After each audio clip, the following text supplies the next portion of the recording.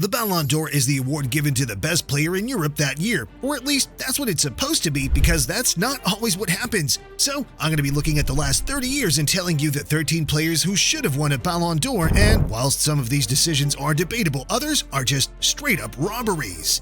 And if we roll back the clock to 1996, a 20-year-old Ronaldo Nazario should have become the youngest ever winner, but the mesmerizing step-over king missed out on glory by a single point because the Balon d'Or was bizarrely given to Matthias Sommer, who was great, but he was no R9. Now, Sommer was a world-class player in his own right, but his individual performances were not comparable to R9's magic. And in this case, the German, like many winners on our list, was handed the award more so because of his team's success rather than his own extraordinary brilliance. Because in 1995-96, Sommer's club level and international teams had legendary campaigns. During the domestic season, Sommer played 32 times and totted up 10 clean sheets as Dortmund retained the Bundesliga title. Meanwhile, at international level, the 29-year-old played every minute of every game, scored twice, and was voted the tournament's best player as Germany lifted the illustrious Continental Trophy. The Dortmund man revolutionized the way the beautiful game was played during the 90s with his passing abilities and intricate touches from deep being years ahead of its time, so players, supporters, and the media purred as the 29-year-old controlled domestic games easily with his superior technical ability, vision, and leadership. Yet, despite his brilliance, few believed Sommer was the world's greatest player ahead of Ronaldo. Because the 20-year-old was unplayable during the 95-96 campaign, the Brazilian, who just signed for Barcelona, destroyed practically every defense he came up against as he scored 47 goals in 49 appearances across all competitions. And Ronaldo wasn't a poacher, some of his goals using a deadly combination of pace, elegance, and skill. He was a work of art, and the Barca bagsman wasn't just being touted as the world's best. Many felt that the electric Brazilian forward could become the game's greatest ever player. But the rest of Barcelona's team stuttered that season, and without a La Liga, Champions League, or international trophy across the calendar year, R9 had to settle for a ridiculously harsh second place in the Balon d'Or rankings, but at least Ronaldo would get his Balon d'Or eventually. But the same can't be said about David Beckham, because in Man United's iconic treble-winning season, he's set to win the award, but ultimately fell short by Barcelona's newest Brazilian legend, Rivaldo. The upcoming Brazilian prodigy made 40 goal contributions in 36 appearances as Barcelona stormed their way to the La Liga title. And Barca's new hero wasn't done there. At that summer's Copa America tournament, he scored 5 times, including 2 in a 3-0 final victory over Uruguay. But despite Rivaldo's La Liga and Copa America triumphs, providing an eye-watering 47 goal contributions in the process, the argument can be made that this award should have gone home with David Beckham with his lethal crossing skills and pinpoint set-piece deliveries. The Englishman was no stranger to the world's brightest lights, and it seemed a formality that he would bask in Balon d'Or glory, because Beckham's 10 goal contributions in 10 matches were instrumental to United's iconic 1999 Champions League victory, while his form in the Premier League was the stuff of legend. The United-wide man's ability is unfairly represented by stats. Without his relentless work rate, passing, and defensive prowess, who knows whether United would have even come close to winning the treble that year. But unfortunately, he missed out on the world-famous golden ball to Rivaldo, as voters must have based their decisions on goals and assists, because if they watched Beckham's all-round performances weekly, there's no way the Englishman wouldn't have been drowning in Balon d'Or glory. But if Beckham's snub was a travesty, there are no words to describe the injustice that Thierry Henry didn't get his hands on the trophy in 2003, because that year's Balon d'Or winner, Pavel Nedved, was light years behind the French superstar. While Henry's pace, finishing, and audaciousness made defenders tremble, Nedved's performances were solid but unspectacular. The 31-year-old was tasked with replacing the great Zinedine Zidane at Juventus, but his style was hardly comparable to Zizou. While his predecessor cruised through games with skill, elegance, and grace, Nedved was better known for tenacity, stamina, and long-range shooting. Still, despite less flair, the Czech international was equally functional, as he was Juventus's most important player during their 02-03 Serie A triumph, scoring 9 goals in 29 appearances. And he almost led the Italian club to a famous Champions League title. During his semi-final against Real Madrid, Nedved scored a stunning goal and provided an assist to knock out the reigning champions Real Madrid. But the Juventus star was suspended for the final,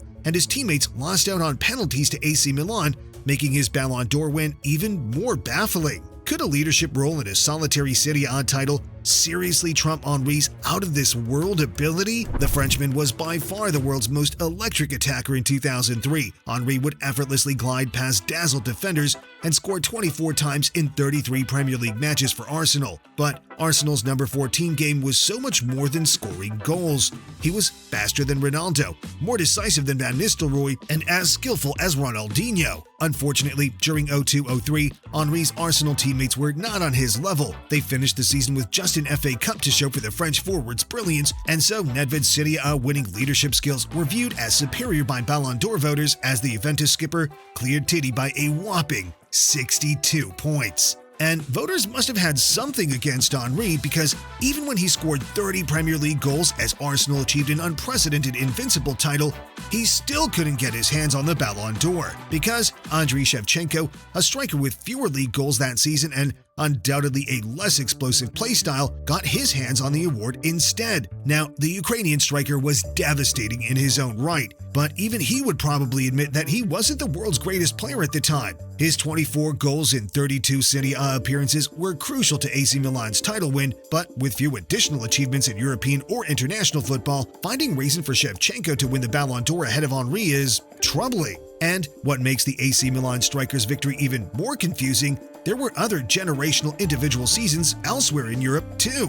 Deco eventually became among football's most creative technicians, but it was during the 03-04 season when he finally gained global recognition, as the Brazilian was Porto's most instrumental player during their shock Champions League triumph under Mourinho, with the midfielder effortlessly dictating games as Porto and Deco sent Man United, Lyon, and Monaco crashing out. Meanwhile, there aren't even words to describe the outrageousness of Ronaldinho's skill during 2004, because the juggling Samba genius made a mockery of defenders on a weekly basis as he provided 22 La Liga goal contributions in the most mesmerizing way imaginable. But despite Deco, Ronaldinho, and Henry playing the beautiful game in a more flamboyant fashion and achieving similar individual accolades to Shevchenko, the trio had to settle for respective second, third, and fourth place finishes. Now, as far as I'm concerned, it was a couple more years before we saw a debatable Balon d'Or victory, with the next questionable victory coming in 2010, but believe me, the biggest robberies are yet to come. But before we get there, please subscribe.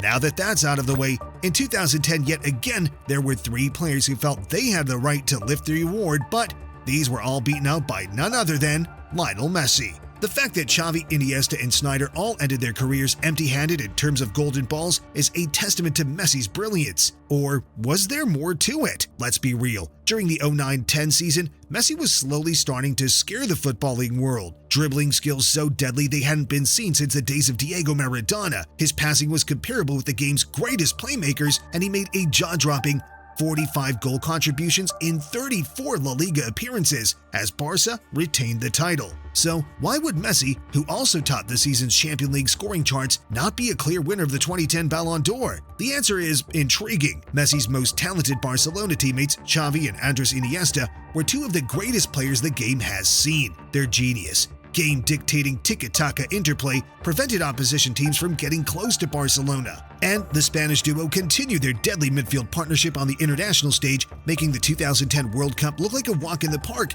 as Xavi and Iniesta ensured their nation lifted the trophy with ease. Meanwhile, Messi, away from his dependable midfield duo, struggled to replicate his form for Argentina. The Barca great scored just once for Argentina between October 09 and October 2010 and failed to make any sort of impact as his nation crashed out of the World Cup early. And we've not even mentioned Sneijder yet. His omission from the Balon d'Or podium is among football's biggest robberies. The Dutchman made 23 goal contributions as Inter Milan completed a Serie A, Champions League, and Coppa Italia treble. And if that wasn't enough, Sneijder scored 5 times in 7 matches as the Netherlands reached an unlikely World Cup final. But Inter Milan's 09-10 hero was unfairly overlooked. He finished behind Messi, Xavi, and Iniesta, all players he knocked out of the Champions League semifinals in the Balon d'Or rankings. But by 2013, Sneijder had lost his way and Messi versus Ronaldo debates were approaching their peak. Messi, off the back of a La Liga and Champions League glory with Barcelona,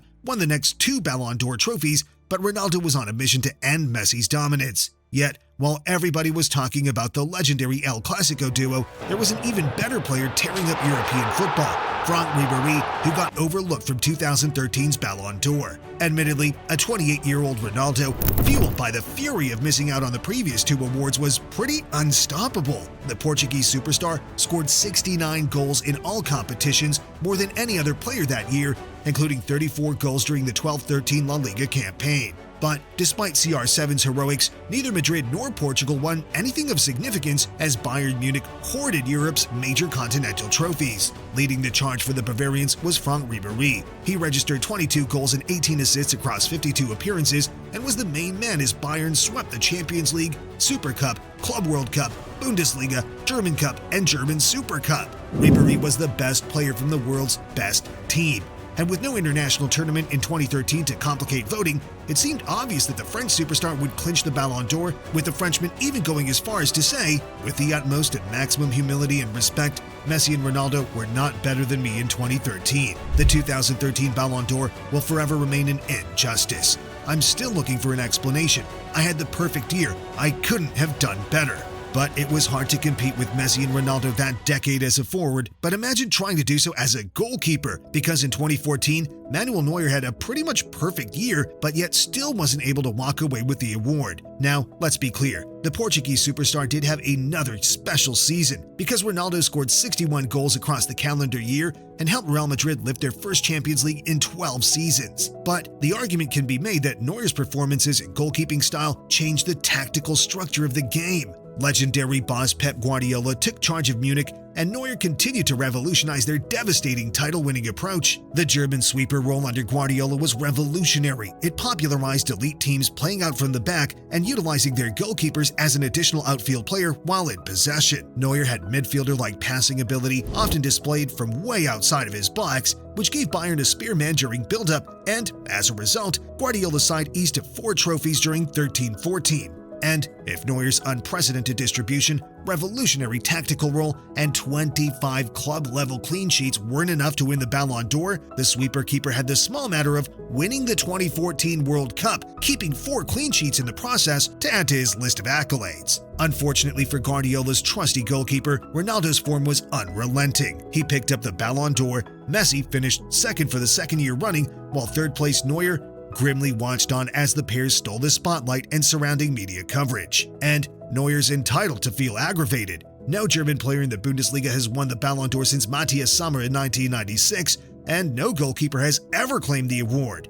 It makes you wonder, just how good does a goalkeeper have to be to win the trophy? Because in 2014, Bayern's keeper was pretty much unstoppable. And just like goalkeepers, defenders face the same uphill battle when it comes to the Ballon d'Or, because defensive genius Virgil van Dijk became the world's most influential player of 2019, but was overlooked for the Ballon d'Or as Messi got his hands on the prize thanks to 36 goals and a La Liga title to his name. Now, Messi was a complete player this season. His stats may have declined, but his performances did not. But the towering Dutch defender's impeccable year at Anfield proved why defensive players can, on occasion, be equally astounding and game-deciding as their attacking teammates. Before Van Dijk arrived at Liverpool, the English club's attack of Sadio Mane, Roberto Firmino, Mo Salah, and Philippe Coutinho made the Copites one of Europe's most entertaining teams, but their leaky defense would prevent them from competing for major tournaments. But in January 2018, the £75 million arrival of Van Dijk changed everything. Immediately, Liverpool's new rock in defense galvanized the team to reach their first Champions League in a decade, but they'd be beaten 3-1 by Real Madrid. During the following 18-19 season, Van Dijk was different. He wasn't just a game-changing signing, he was undeniably the world's best defender, as Liverpool achieved 97 points in the Premier League and won the Champions League with an impeccable defensive record. And it wasn't as if Van Dijk was a simple ball winner at the back. His technical ability evidenced by an audacious 70-yard assist against Bayern Munich. But despite Messi crumbling under Van Dijk's pressure in a Champions League semi-final at Anfield, the Argentine won the prestigious individual prize.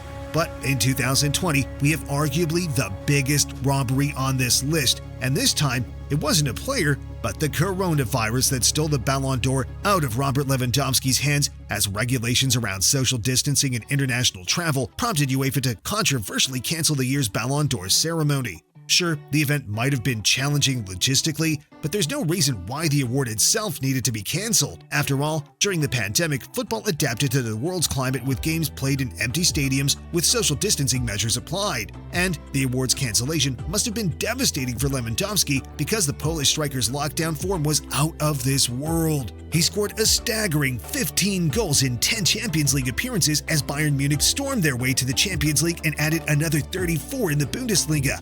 By contrast, Lewandowski's genuine Balon d'Or rivals endured average seasons. Messi's Barcelona were humiliated 8-2 by Lewandowski's Bayern in a Champions League semi-final, and Ronaldo, while still great, was no longer a realistic contender for the Balon d'Or. So, if the 2020 award was handed out, Lewandowski's name would have undoubtedly been on the trophy. And if Bayern's relentless goal scorer was frustrated in 2020, he must have been outraged in 2021 because he unjustly missed out on the Balon d'Or for the second consecutive year as Messi clinched the storied individual award. In fairness, the 5'7" magician was head and shoulders above almost every opponent he faced that year.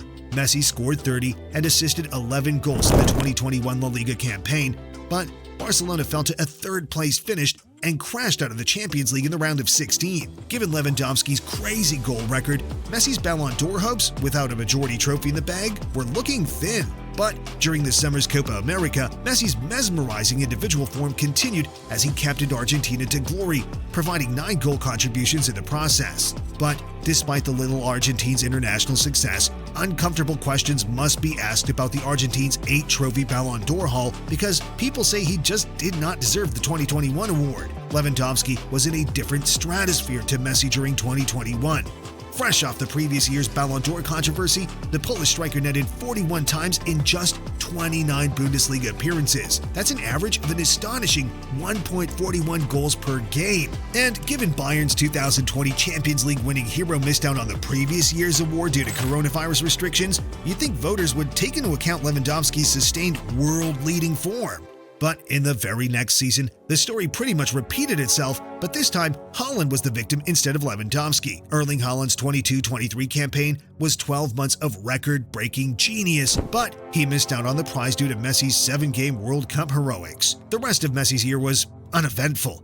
In fact, heading into the 2022 World Cup, some critics questioned whether Messi was finished from the top level. Because in 2021, Messi moved to Ligue 1's PSG and, in a weaker league, supporters assumed the former Barcelona great would finish his career with goals flying in. But at PSG, the man who scored 672 times for Barcelona struggled to find the back of the net. During a lousy 21-22 Ligue 1 campaign, Messi notched just 6 times in 26 appearances. The following campaign wasn't much better. The Argentine bagged a mediocre 16 league goals, less than the totals of Balogun, Lacazette, Ben Yedder, and several other barely known attackers. Messi's career looked set to fizzle out without replicating the heights of his Barcelona brilliance until the 2022 World Cup. The game's biggest trophy had eluded Messi throughout his illustrious career, and this was almost certainly the final chance for the Argentine to get his hands on the award that would cement his legacy as the world's greatest ever player. Despite a shocking opening match defeat to Saudi Arabia, Messi dragged his nation to World Cup glory with 10 goal contributions across the tournament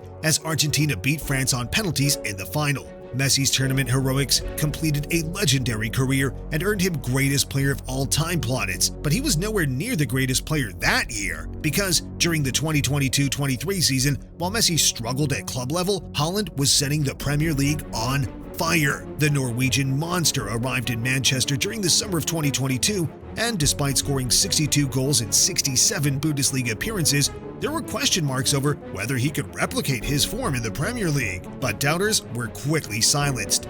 The 6'4" striker scored an almost unbelievable 18 goals in his opening 13 Premier League fixtures, and his form didn't wane. By the end of the season, Haaland had shattered the Premier League goal record, scoring 36 goals in 35 appearances, netted an additional 12 in Europe, and proved to be this missing piece in City's jigsaw. Even though Pep Guardiola's team would dominate the Premier League season after season, they always seemed to fall just short in the Champions League. But during the 22-23 season with Haaland leading the line, City were unstoppable. Haaland bullied Bayern Munich, Real Madrid, and Inter Milan defenders as the citizens cruised to their first Champions League trophy, wrapping up an iconic treble alongside the Premier League and FA Cup. The Norwegian's legacy instantly became immortal, and with 36 Premier League goals, he undoubtedly looked set to get his hands on the Balon d'Or. But to the shock of Holland and Man City supporters, the record-breaking striker missed out to Messi due to his fairy tale 7-game 2022 World Cup triumph. The Argentines' tournament victory was special, historic, even GOAT-defining. But outside those 7 games, the rest of his year, he barely made a ripple. By 2024, Messi had left European football and was finally out of the running for the Balon d'Or. But, yet again, it seems like an international trophy swayed the voters to an unjust winner, as Rodri somehow edged out Vini Jr., despite the Brazilian's sensational performances. This doesn't mean to say Rodri wasn't among the world's best players in 2024, but understanding why the Man City midfielder finished ahead of Vini Jr. is tricky. He was spectacular during City's Premier League title win. Rodri's passing, positional awareness, and dictation of the tempo made City almost impossible to beat, and his 12 goal contributions from deep positions might have been the difference between Guardiola's team winning the league and losing out to Arsenal. And Rodri's brilliant season continued into the Euros as Spain's mesmerizing possession-based football won the tournament, knocking out favorites Germany, France, and England along the way. While Rodri only scored once, he was instrumental in the style of play that made his nation clear of their opponents. Admittedly, the Spanish midfielder was unplayable throughout 23-24, but on how many other occasions has this been enough to win a Balon d'Or? After all, the Balon d'Or's only midfield winners in the 21st century are Modric, Kaká, and Zidane. Can Rodri's name seriously be mentioned alongside these guys? And far superior midfielders to Rodri like Xavi, Iniesta, Busquets, Vieira, Gerrard, and Lampard were voted behind attacking greats in the past, so why was Rodri considered greater than Vini in 2024? Because in 2024, the debate over Vini's ability came to a screeching halt. No more doubts, no more comparisons. For the first time in his career, there were no questions about whether he was the real deal or just another overhyped Brazilian winger. During the 23-24 season, the Real Madrid star's electrifying pace, exceptional dribbling, and clinical finishing helped Vini score 24 goals, earning him both La Liga and Champions League winner medals. On paper, Vini was miles ahead of Rodri as he single-handedly secured crucial victories for Real Madrid with his electrifying talent, while Rodri played a more understated role, elevating his teammates' performances. And the Brazilian was understandably so convinced that he'd win the Balon d'Or, the winger organized an after-party where he'd hand out free Rolex watches to guests. But he was left red-faced when leaks emerged that Rodri would rob him of 2024's biggest individual trophy, and so he refused to even attend the ceremony, as both him and his club felt there was a clear robbery that occurred. But there is more to Vini Jr.'s story than meets the eye, because to become the best player in the world, he had to fight through years of hate, rejection, and even racism. So, if you want to hear about that, you have to click on the video on screen now.